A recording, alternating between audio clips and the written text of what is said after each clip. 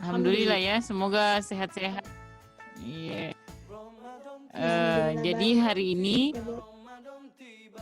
ya alhamdulillah ya. Sebelumnya saya minta maaf ya karena enggak tahu kenapa ini saya sampai pakai 2 HP ini, yang HP pertama yang sudah disiapkan ini gagal dibuka dari tadi, undangan meetingnya udah jadi ya. Jadi ini pindah HP kedua. Oke. Jadi hari ini insya Allah materinya itu terkait agar tetap istiqomah pasca Ramadan. Tapi bagaimana kita agar tetap istiqomah? Bisa dilihat ya. Jadi tolak ukur kita itu sukses Ramadannya adalah ketika ibadah kita pada bulan Ramadan itu terus dilakukan setelah bulan Ramadan. Ya. Jadi ketika ibadah kita itu selalu dilakukan, jadi misalnya kayak kita pada bulan Ramadan itu sering menjaga ketaatan, menjaga sholat, ya, menjaga mengaji, terus menjaga diri dari hal-hal yang tidak penting. Nah, itu yang kita lakukan selama Ramadan. Insya Allah ketika selesai Ramadan kita bisa mempertahankan. Di sini dikatakan ya di sebuah hadis bahwa celakalah seorang hamba yang apabila bulan Ramadan itu sudah berlalu tapi dosa-dosanya belum diampuni.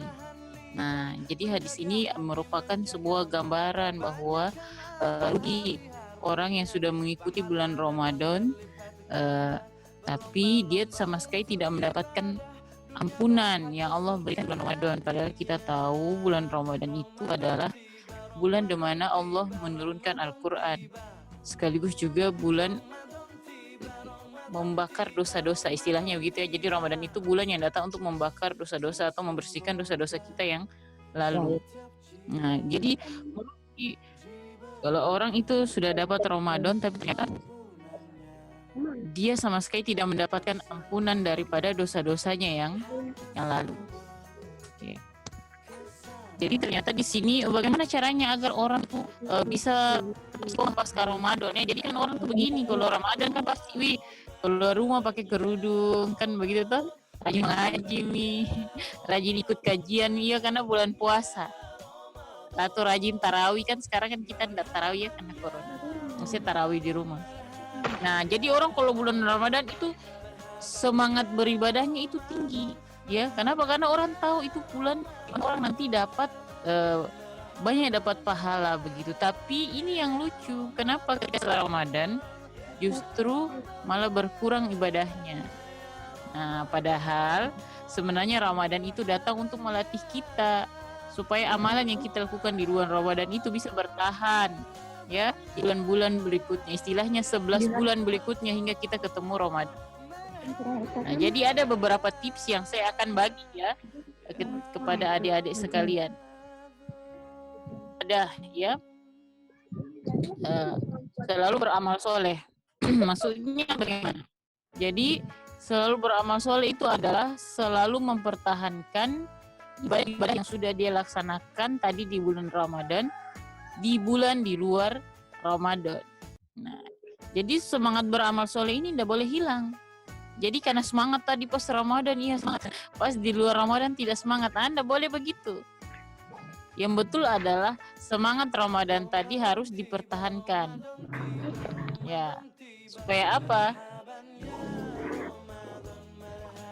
Semangat pas Ramadan itu dipertahankan supaya ibadah-ibadah yang dilaksanakan di bulan Ramadan tadi tidak hilang. Ya. Jadi ya. Gicol. Semangat beramal, semangat beribadah dan beramal soleh. Ramadan mengajarkan kita Mak yang perempuan kayaknya ini kualitas atau kuantitas ya. Jadi kualitas itu itu di bulan Ramadan sudah semangat, tapi setelah Ramadan jadi ketaatan itu dipertahankan. Ya, di sini digambar bahwa Ramadan telah mengajarkan kita belajar mati diri. Jadi hati atau peduli terhadap suara tabu. Halo. Yang lain gimana suara? Selanjutnya adalah poin ketiga.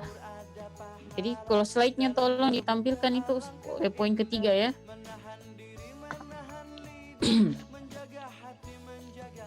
Ya. Jadi poin ketiga itu suka membantu dan mencintai saudara seiman. Jadi Ramadan itu mengajarkan kita untuk berempati dan peduli terhadap orang fakir miskin lewat infak, sodakoh, zakat. Dan zakat ya, maka pasca Ramadan kita diharapkan membantu saudara-saudara kita yang membutuhkan, baik saudara kita seiman di tanah air maupun yang di luar negeri ya, misalnya di Palestina, di Suriah atau Rohingya, dengan cara misalnya mengirim infak.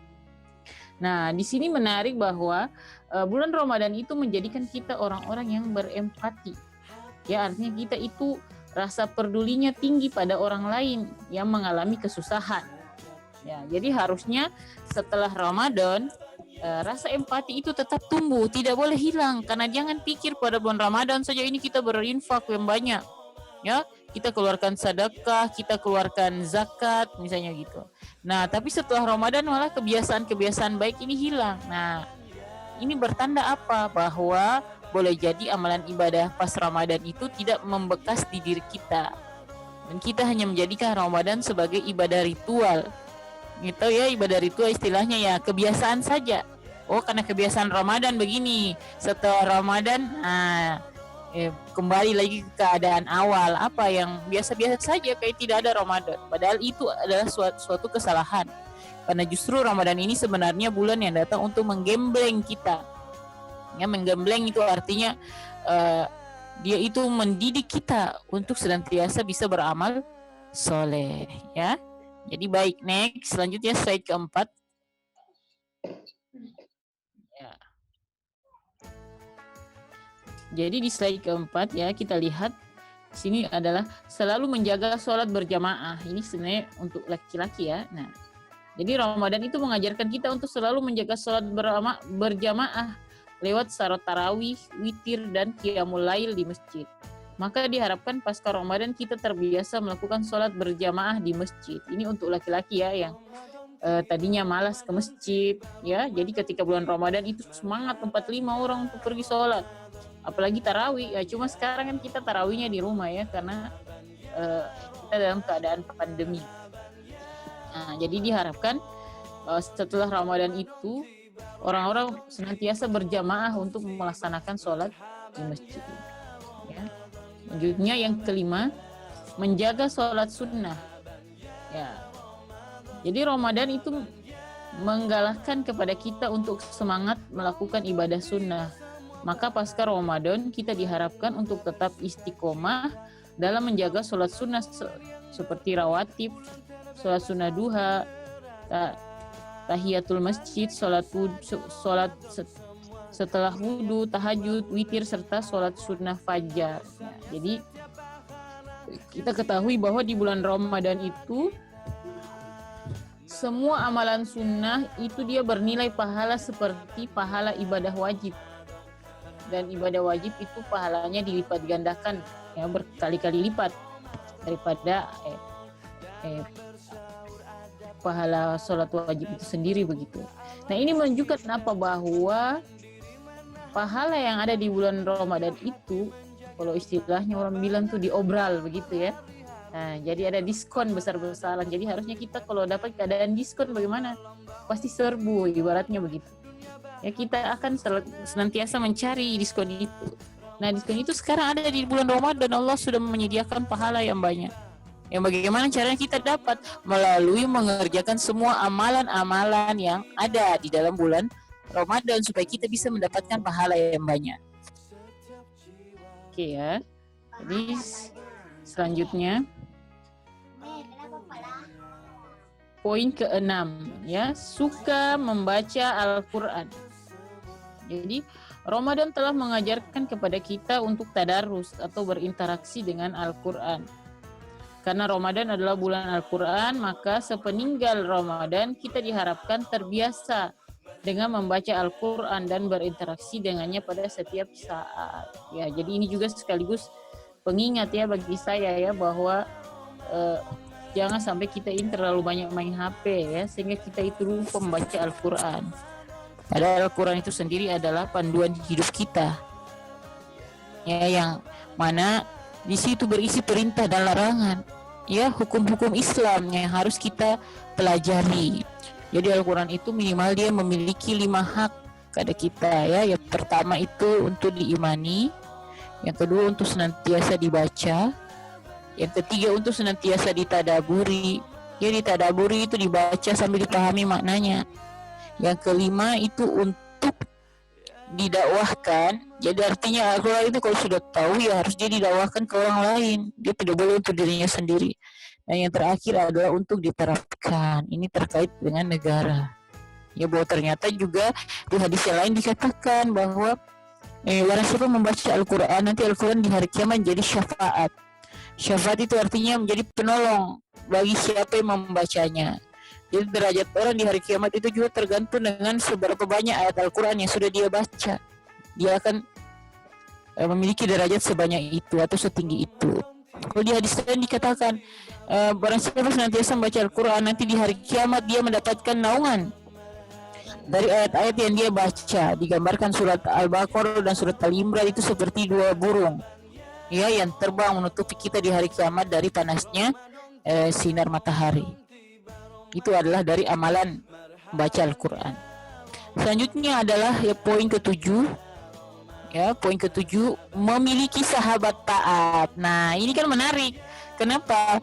Kan kita kadang-kadang tuh tidak semangat kalau kita sendiri dalam ketaatan. Nanti istilahnya orang tuh dibully, ya, atau dibully, ya. Dibully tuh dibilang so alim lah, ya, so ustazah lah, so ini so itu. Nah, padahal sebenarnya itu yang benar, itu yang diinginkan dalam Islam. Jadi bagaimana caranya kita memiliki sahabat taat? Di sini dikatakan di hadis, ya, permisalan teman yang akrab atau teman baik dengan teman yang buruk itu ibarat seorang penjual minyak wangi dan seorang pandai besi.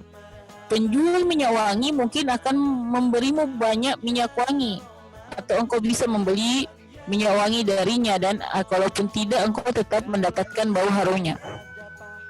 Sedangkan pandai besi bisa jadi percikan apinya mengenai pakaianmu, dan kalaupun tidak engkau tetap mendapatkan bau asapnya yang tak sedap.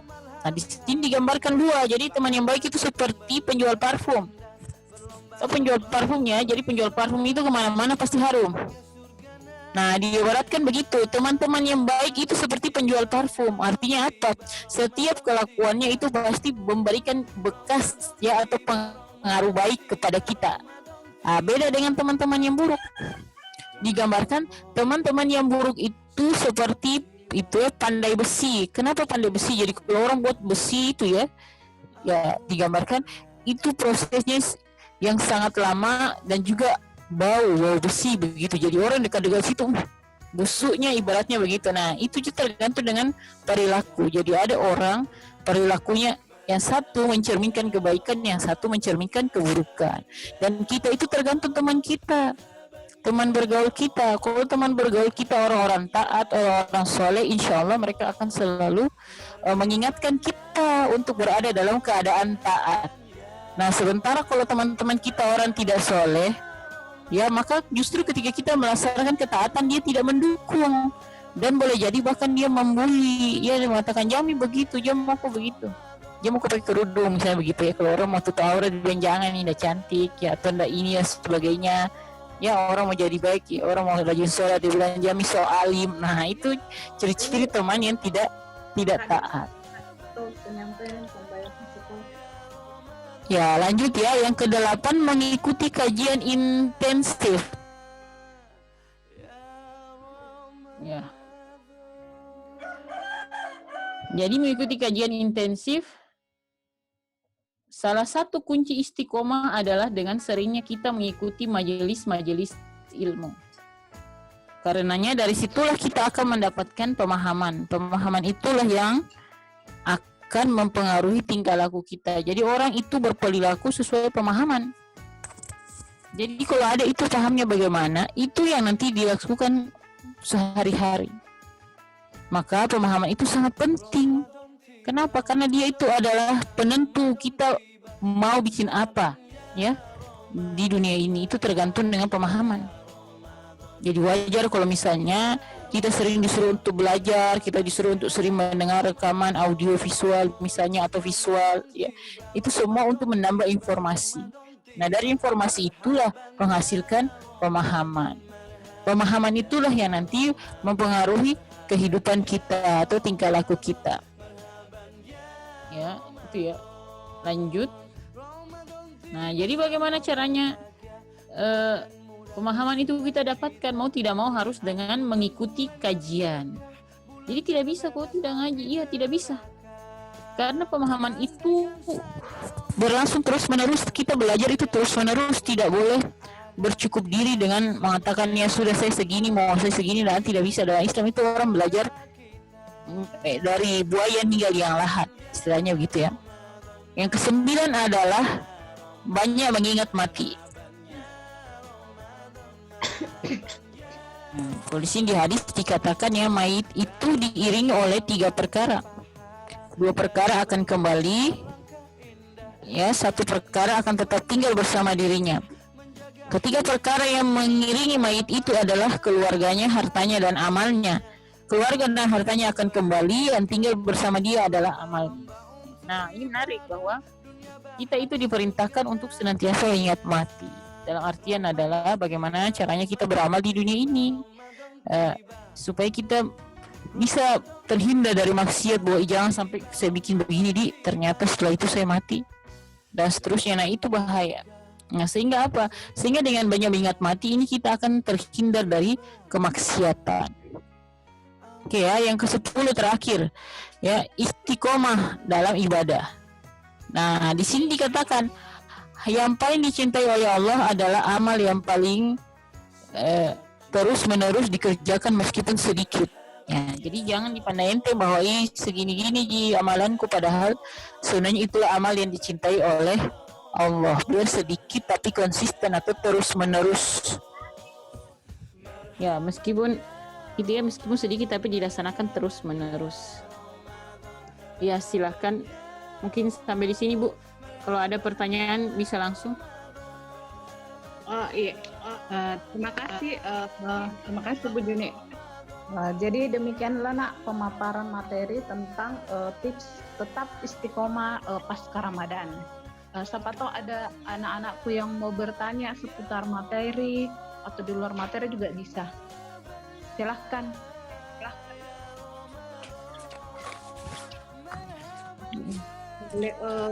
Langsung bicara atau lewat chat juga bisa. Iya. Ildana. Ditanyakan nak. Serning. Sembuh. Ya. Ibu, Iya. Kak bertanya. Iya. Silahkan. Bisa Ki ceritakan asal-usul yang tarawih. Tarwih. Oh, salat tarawih. Asal-usulnya kenapa bisa dilaksanakan salat tarawih? Kenapa juga pas saat bulan Ramadan? Oke. Syukron. Ya, ada lagi nak yang mau bertanya? Ada lagi? Kalau tidak ada, kita beri kesempatan kepada pemateri untuk menjawab. Dari mana sih itu asal-usulnya salat tarawih? Kenapa hanya ada di bulan Ramadan saja? Kenapa di bulan-bulan lain tidak ada? Ya. Iya. Ini silahkan dijawab Bu. Atau ada lagi yang mau ditanyakan seputar materi? Sambil menunggu suaranya Ibu Juni kembali. Mutmainah, ada yang mau ditanyakan? Mursakina? Gak usah malu-malu. Saya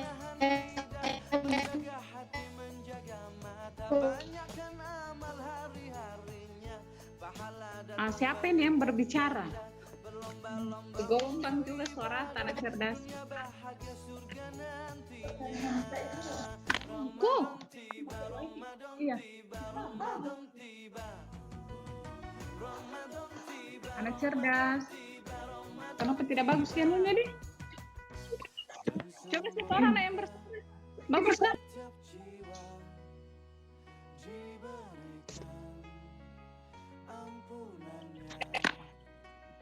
Jaringan kan tidak bagus. Bagus sih kita dengar suara aku.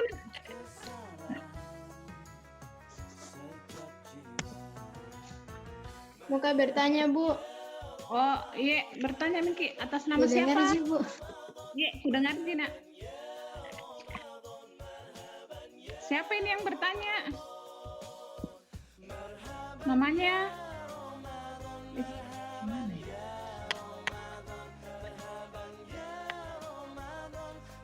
Ya, silakan bertanya, Nak. Sebut nama tak ya?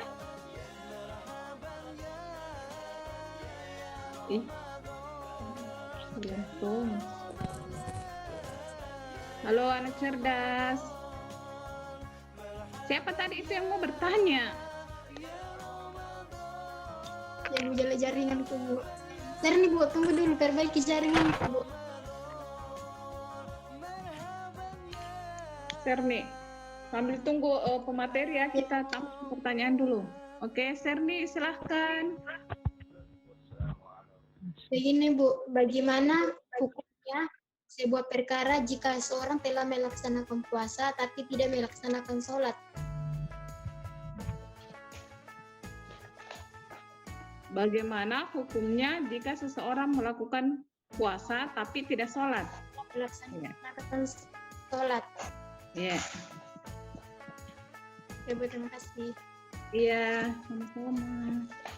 Oke, ambil pemateri. Ya, Ibu Juni sudah bisa? Iya, bagaimana Bu kedengaran nih suaraku? Kedengaran nih, Bu. Oke, kita mulai. Jadi bagaimana asal-usul tarawih? Jadi asal-usul tarawih itu dari af'alur rasul. Af'alu itu artinya dari perbuatannya Rasul. Jadi di malam Ramadan itu setelah sholat Isya, Rasul itu berdiri lagi untuk menambah rakaat sholat malam atau istilahnya sholat tarawih. Nah, dari situ menjadi dalil bahwa sholat yang dilakukan Rasul itu hanya dilaksanakan juga di bulan Ramadan, tidak dilaksanakan di bulan lain. Nah, sehingga ini menjadi dalil kenapa ada istilahnya ada tambahan sholat malam. Kan kalau kita kena sholat malam itu hanya tahajud ya. Tapi kalau pembahasannya itu sholat malam itu terkait dengan yang dilaksanakan di malam hari setelah sholat Isya. Ya, yang kita kenal dengan sholat tarawih. Ya, yang biasa itu 8 rakaat. Nah, bahkan ada pendapat lain sampai 20 rakaat. Ditambah dengan witir 3 jadi 11 rakaat. Ada juga sampai 23 rakaat. Nah, itu kalau 11 rakaat itu berarti tarawihnya 8, witirnya 3. Sementara kalau 23 berarti tarawihnya 20 ya, witirnya 3. Nah, itu terkait dengan asal-usul salat tarawih. Jadi salat tarawih itu itu adalah salat yang dilaksanakan oleh Rasul. Ya.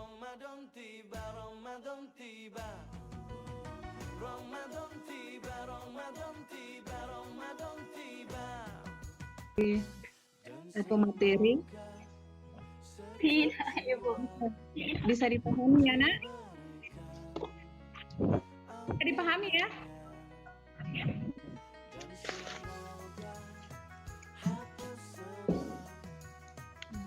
Oke ya, kita ada lagi satu pertanyaan ini, Bu, ya, dari Serni.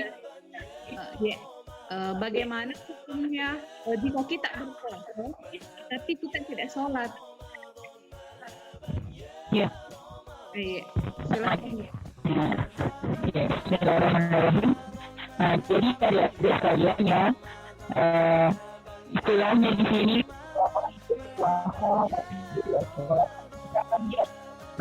puasa di bulan Ramadan itu wajib, ya. Di bulan Ramadan sunnah ini tapi wajib ini karena kita masuk di bulan Ramadan. Jadi barang siapa yang tidak ada halangan ya dia tidak sakit, baru dia tidak melakukan paksa atau perjalanan, dia juga bukan orang hamil dan melahirkan dan menyusui, maka selain orang-orang itu, maka apalagi kalau dia sekali wasiat gitu ya. Jadi wajib berpuasa di bulan Ramadan. Ini namanya syariat. Ya, jadi hukum yang langsung syariat yang langsung diturunkan oleh Allah Subhanahu wa taala. Nah, hukumnya wajib. Sementara salat, ya, salat itu dibebankan kepada orang muslim, ya, yang sudah akil balik. Jadi anak-anak kan enggak ya. Jadi akil balik itu artinya kalau perempuan itu sudah haid, gitu ya, laki-laki sudah mimpi basah. Nah, sudah akil balik ini orang-orang itu sudah terkena namanya beban taklif. Taklif itu beban hukum. Jadi kalau dia tidak melaksanakan amalan-amalan tadi, maka dia itu berdosa.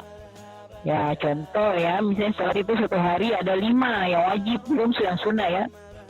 Sebentar puasa Ramadan itu 1. Jadi bagaimana ketika dia puasa, oke puasa Ramadan, tapi dia tidak salat. Nah, jadi dia menambah 5 dosa pada hari yang sama ketika dia melaksanakan puasa Ramadan. Ibaratnya itu dia seperti ember bocor. Ya, dia mau isi air yang banyak, tapi embernya itu bocor semua, jadi keluar-keluar semua itu amalannya. Istilahnya pahalanya yang tadi dia dapat itu berkurang. Kenapa? Karena lebih banyak dosa yang dia lakukan.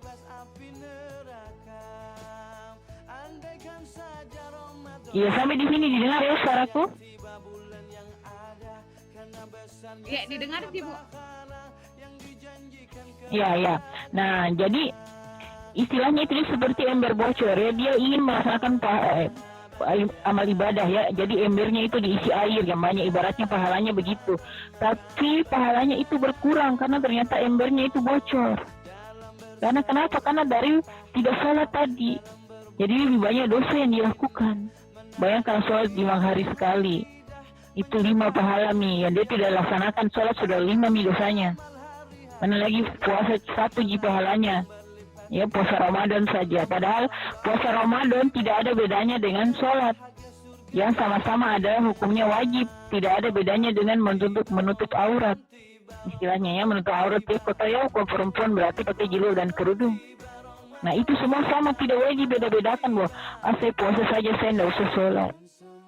Atau saya sholat, saya pilih-pilih mau sholat subuh bisa aja, atau sama sholat isya, yang lain tidak. Nah, tidak bisa begitu.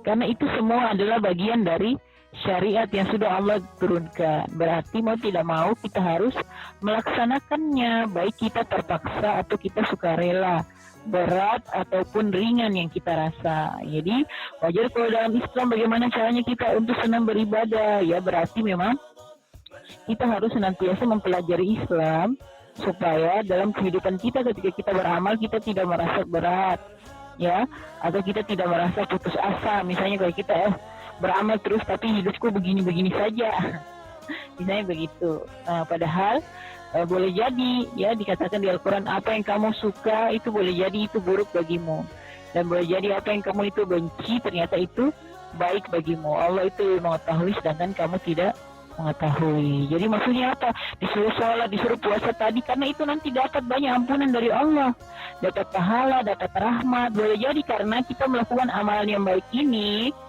di kemudian hari, di masa depan, misalnya nanti waktu kita dapat jodoh, misalnya orang yang soleh ya,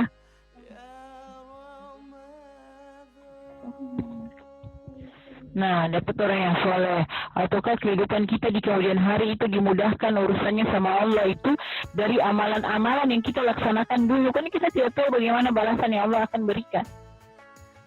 Ya, yang paling penting adalah nanti di akhirat insya Allah dimasukkan ke surganya Allah, begitu, tanpa dicelup dulu ke dalam neraka. Ya, jadi melaksanakan amal ibadah itu insya Allah dapat banyak keberkahan di dunia dan lebih-lebih di akhirat. Ya, sudah ya, mungkin begitu Bu. Oh iya, terima kasih Bu atas jawabannya. Serni, bisa dipahami nak penjelasan yang dijelaskan pemateri? Serni. Serni.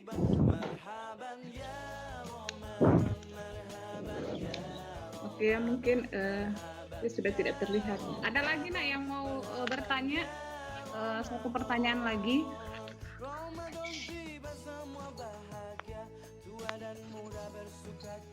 Satu pertanyaannya lagi, Nak. Iya, silakan Sakinah. Silakan, Nak.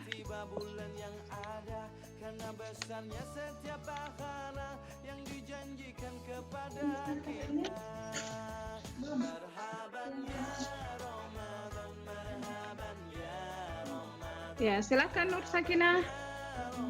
Pertanyaannya.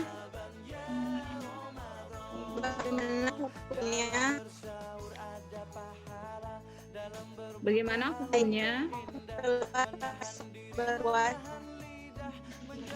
Oh, bergelombang suara Nak. Ulang kembali. Iya. Bagaimana hukumnya?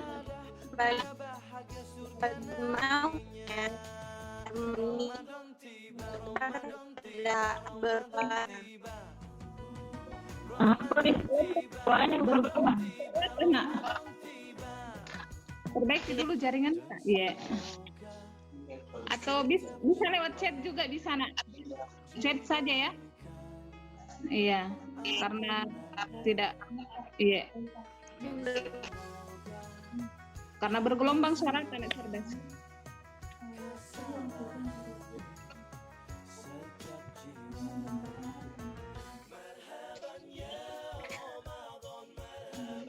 Coba bersuara Nur Sakinah.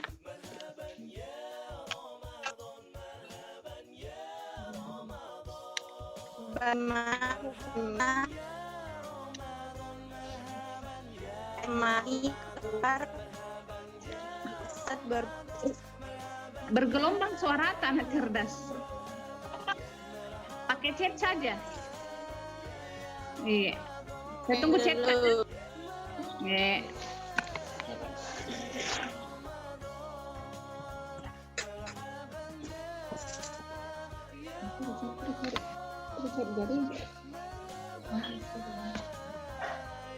Ya. Masih bergelombang suara Anak Cerdas. Ya.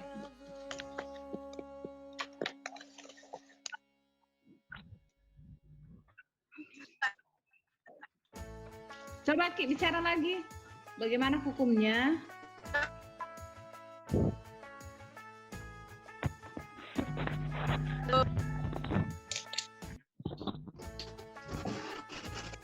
Bagaimana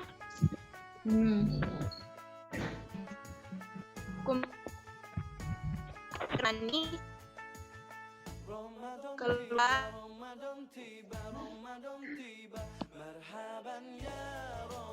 Lewat chat saja. Nggak jelas suaranya. Suara Anak Cerdas.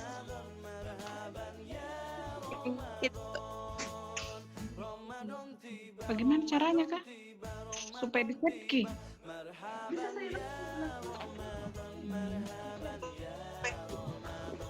Bergelombang suara Anak Cerdas.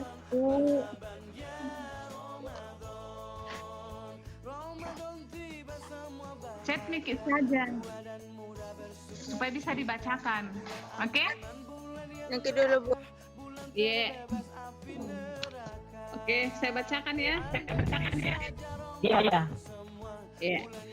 Di sini Nur Sakinah bertanya, bagaimana hukumnya air mani itu keluar pada saat berpuasa? Apakah puasanya mungkin batal atau bagaimana begitu ya, Nur Sakinah? Iya Bu. Oh iya. Silakan Bu. Silakan Bu Joni, pertanyaan dijawab pertanyaannya.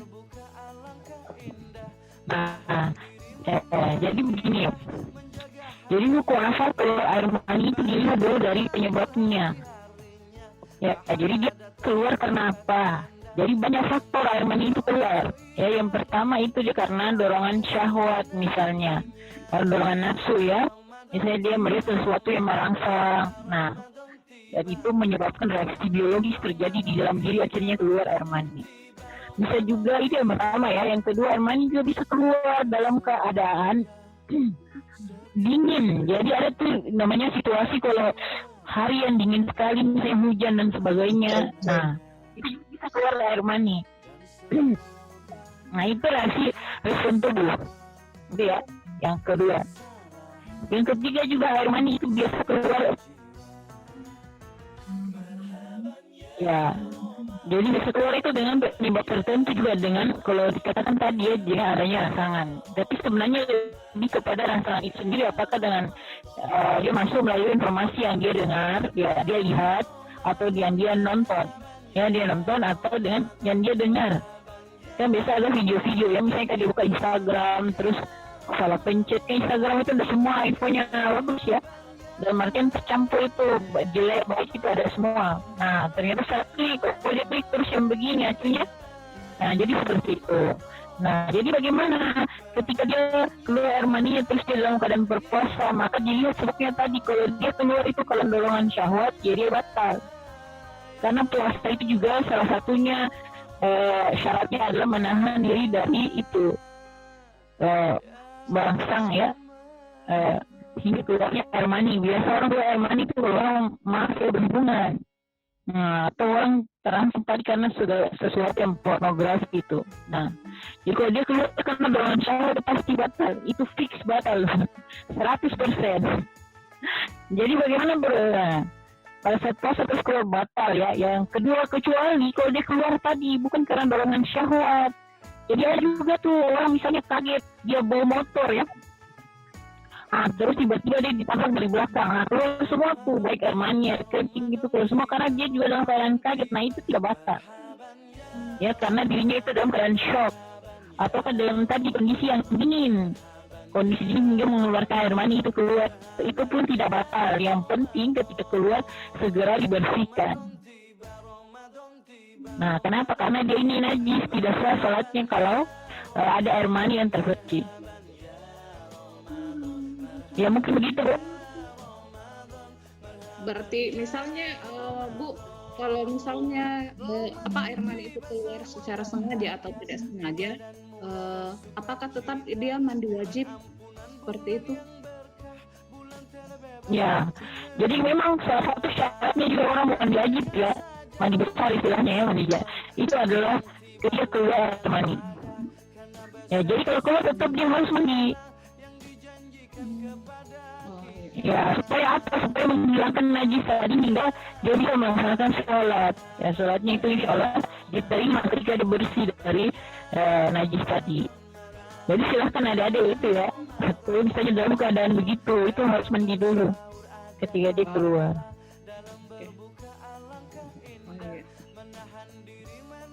Oke, terima kasih Bu atas pemaparan materinya.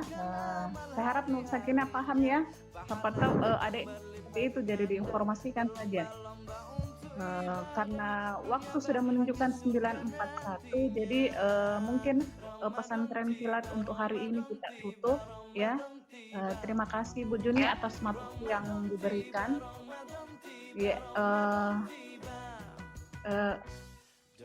pada Wildana, ya, doa penutupnya nak. Ya, tolong dibacakan. Nurul Hikmah Ibu, 10 IPS. Oh iya, mungkin saya simpulkan dulu ya dari materi hari ini. Materinya itu adalah tips tentang istiqomah pasca Ramadan. Itu ada 10 poin. Ya, yang pertama itu adalah semangat ibadah dan beramal soleh. Yang kedua, menjaga diri dari maksiat. Ya. Yang ketiga, suka membantu dan mencintai saudara seiman. Yang keempat, selalu menjaga sholat berjamaah. 5. Menjaga sholat sunnah. 6. Suka membaca Al-Quran. 7. Memiliki sahabat yang sama-sama taat. Kemudian yang ke-8, mengikuti kajian Islam secara intensif ya untuk mengukuhkan ukhuwah Islamiyah kita. Kemudian yang ke-9, banyak mengingat mati karena kita tidak hidup selamanya di dunia ya. Yang terakhir itu adalah istiqomah amal ibadah ya, walaupun Allah itu lebih mencintai sedikit tapi dilakukan terus-menerus ya. Jadi amalnya itu tidak akan putus. Demikian materi untuk hari ini. Silahkan yang membaca doa, Nak. Dibacakan doanya, kemudian kita tutup sebelum Zoom-nya mati sendiri. Sebelum kita menutup acara ini, marilah bersama-sama kita berdoa untuk mengucap syukur atas kegiatan kita yang telah kita laksanakan hari ini.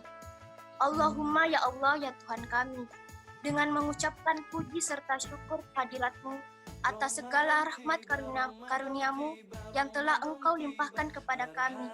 Pada hari ini, dengan penuh keakraban dan bahagia ini, kami hadir di sini kiranya Engkau memberikan barokah dan ridho-Mu dalam acara yang kami laksanakan ini. Allahumma ya Allah ya Tuhan kami, dengan telah berakhirnya kegiatan ini, kiranya Allah Engkau dapat melimpahkan pengetahuan dan kekuatan kepada kami semua, dan Engkau tumbuhkan rasa persaudaraan, persatuan yang kokoh di antara kami terjalin dengan baik dan utuh. Ya Allah Tuhan kami, Engkaulah Sang Maha Pengampun. Ampunilah dosa dan kesalahan kami, dosa pemimpin kami, serta dosa dan kesalahan kedua orang tua kami. Perkenankanlah doa dan cinta kami ini. Robbana atina fid dunya hasanah wa fil akhirati hasanah wa qina azabannar. Subhana rabbika rabbil izzati amma yasifun. Wassalamu ala mursalin walhamdulillahi rabbil alamin. Amin ya rabbal alamin. Wassalamualaikum warahmatullahi wabarakatuh. Ini atas materinya. Saya ucapkan banyak terima kasih karena sudah memberi memberi materi kepada anak-anak kami. Saya ucapkan banyak terima kasih. Semoga Allah menjadi akhirat amal ibadah nanti di akhirat. Iya, Pak. Saya juga mohon maaf ya atas segala kekurangan ini. Iya, mohon maaf sekali ini. Tapi untuk anak-anakku sekalian dan pemateri serta wali kelas yang join, tolong absen dulu, Di. Ada absen itu yang ada di menu chat saya kirim. Semua yang hadir, baik siswa, baik pemateri, dan baik wali kelas itu sendiri, silakan absen dulu, mengisi kesimpulan, mengisi daftar hadir dan kesimpulan serta saran untuk kegiatan pesantren kilat pada pagi hari ini. Cukup sekian. Ya. Kalau sudah absen boleh tinggalkan atau leave dari. Ya. Assalamualaikum warahmatullahi wabarakatuh. Waalaikumsalam. Terima kasih banyak Pak. Mengingatkan semua.